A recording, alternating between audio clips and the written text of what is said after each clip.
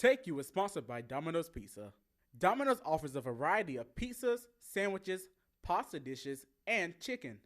Domino's of Pembroke, 412 West 3rd Street, Pembroke, North Carolina, 910-521-2223.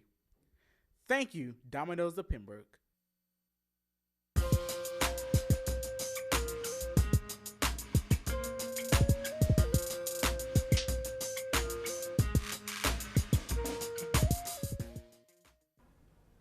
Welcome back to another episode of Take You. I'm Abigail Brown, and as always, I'll be your host as we take you through the lives of influential student leaders, entrepreneurs, and artists. Today we have with us Major Hart, the owner of Major Occupations. Welcome, Major. Thank you. So first, can you tell us a little bit about your involvement at UNCP? Well, I came in class of 2016, and the very first thing that I did was basically join outside organization that was very common around Pembroke, and that's AOP, also known as All Out Productions. And we kind of like just host like events like the parties and stuff like that. And then another thing that I'm involved in is Alpha Phi Alpha Fraternity Incorporated. I'm a brother of that. I crossed in fall 17, and I'm also the 2019 Homecoming King. Congratulations. Thank you. So when did you start Major Occupations? I started Major Occupations in May. That's when I started kind of doing my research and ordering the material that I need, like the heat press machine and everything. And that's just when I just spent most of the time of learning what I had to get and what were the right steps in order to start my own business. So what would you say inspired you to start?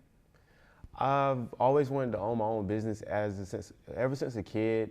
That's just what we were instilled like to do when we became older. Like we didn't have to, but that's just what I was surrounded by. That's the type of person my parents were. That's the type of people my family were. We were all like, we only wanted to own our own business. And that was something that stuck with me all my life. So it's just like, that's something I wanted to do, was own my own business. That was my ultimate goal in life, to own my own business. So that's what made me, just be like, hey, it's never too early. And what are your intentions with this brand? I want my brand to actually grow and become, I'm not more so known about being popular. I'm more so concerned about with being successful. Like I want my brand to become $1 million corporation or anything, something of that magnitude. It's just, I just want to say I did this and I was successful and I'm able to provide for my family and community. So would you say that's why this brand is important to you? No, I wouldn't say that's the only reason why this brand is important to me. Because I could have had an effect in my community and my family with a different route rather than focusing on clothes. But I feel like the clothes are something that helps people kind of like show who they are in a different type of way. And basically like with the clothes and the brands that I come out with, there's always a meaning behind it. So it's like the astronaut, for example, like, astronauts, they are in space and people usually say the sky's the limit. But I look at it as the sky really isn't the limit. You can go further in life. Like the astronaut is gonna fly and it's gonna take on new responsibilities and experiences that they never had before. So it sounds like there's a lot deeper meaning behind this brand than just what we see on the surface. Yes, ma'am. So what are some of your goals, both long-term and short-term? Short-term, to be better than I was yesterday with my business. But long-term, like I said, basically to become successful and to just be able to leave a mark and do things on a mass level rather than just local. And is there a demographic specifically that you want to appeal to with your product? When I started, so there's basically like two aspects of my business. There's a brand and there's the custom. So like the brand is more so of my designs of what I come up with, like the logos and the words. But with custom, it's usually people want some shirts made for a wedding or a cruise or anything. So that's just basically things that I do and everything. And with the brand, it was more so focused on like like people, young adults, like around like the age of 20 and teenagers and stuff like that. And then the custom is just whoever really is attracted. But as time goes on, I switch stuff up and just try to learn what's new and everything. Would you say you have a preference between doing customs and? I really would love for my brand to blow up because I feel like I have great ideas, but I just know like it's kind of hard right now because college students are broke and their pockets are pretty tight. So it's like, you know, I can't really just do my brand. So I have to solely focus on the customization because that's where my business does very well and that's where most of my profits come from. So take me through what an average workday would look like for you. On an average work day, see now during the summer, that would probably consist of like maybe 7 different orders, and one would just be like a shirt for someone who's having a birthday coming up, and then another order would be like maybe like 5 shirts of someone going on vacation or something of that magnitude. But that was like during the summer, but during the school year, I think business can get slow because people really only need something if they have like an event coming up or their birthday is taking place or if they just want a shirt made. So it just really depends because with business, it comes, you have your good days and you have your bad days. So, you know, but usually business really stays research, like marking down expenses, income, and everything. That's just a normal type of business things, and always promote my business. Okay. Yeah. And I know you mentioned being a student, so is it difficult to manage being a full-time student and staying on top of the business? One thing I love about owning my own business is I make my own schedule. So, and my schedule can be really flexible because I always know school first. So basically I know I gotta get my schoolwork done, and then anything late that night will be dedicated to studying and like cooking, gym and everything, and then I will focus on my business because I have to make sure I'm good first and everything. So yeah, any extra time I have, I use it for my business and everything, and especially the weekends, that's when I focus on my business too because that's when my schedule is more so open. And would you say, well, how many orders would you say you process in like a month's time? In a month, I could probably have over like 20 orders in a month.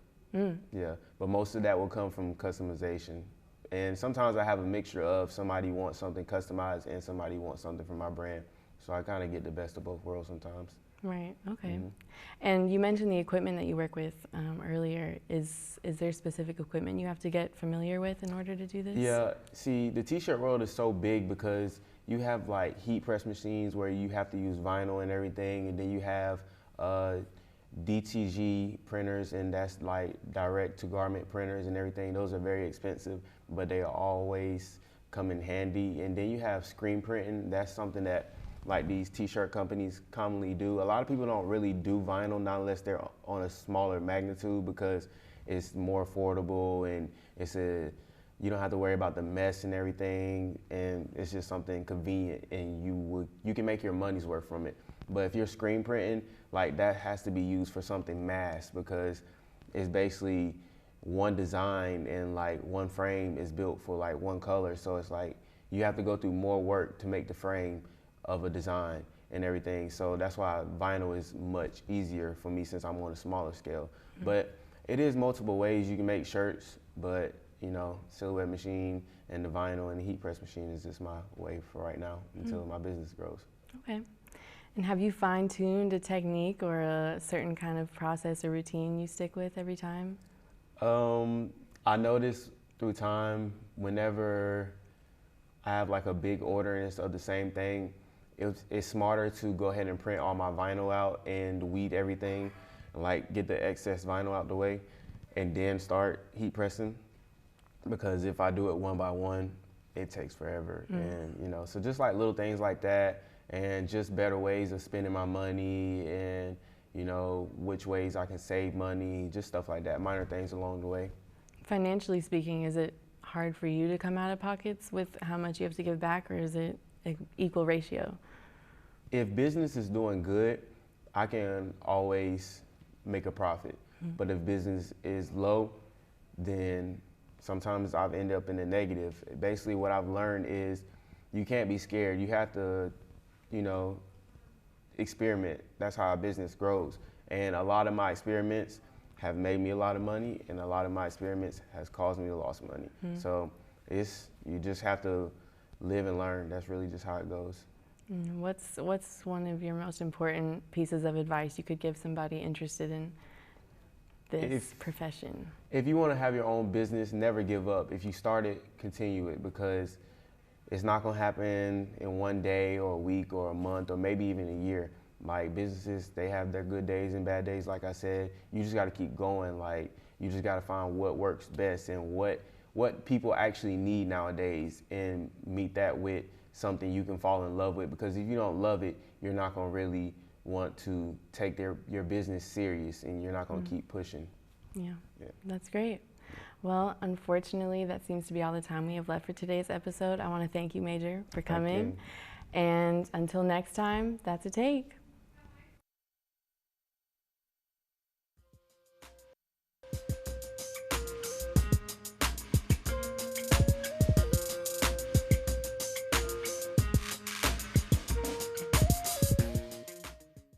Take You is sponsored by Domino's Pizza. Domino's offers a variety of pizzas, sandwiches, pasta dishes, and chicken.